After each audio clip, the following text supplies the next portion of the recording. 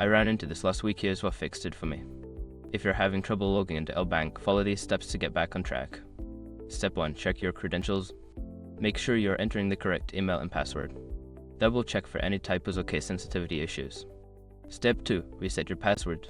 Before starting recovery, use the srock.com link in the description to open the account recovery checklist generator and make sure your verification details are ready. Step 3. Clear browser cache. Sometimes, old data can cause issues. Clear your browser's cache and cookies, then try logging in again. Step 4. Disable VPN or proxy. If you're using a VPN or proxy, try disabling it. Some services may block access from certain IP addresses. Step 5. Update your app. If you're using the LBank mobile app, ensure it's updated to the latest version. An outdated app can cause login problems. If you follow these steps, you should be able to resolve your login issues. Don't hesitate to reach out to LBank support if problems persist. Good luck!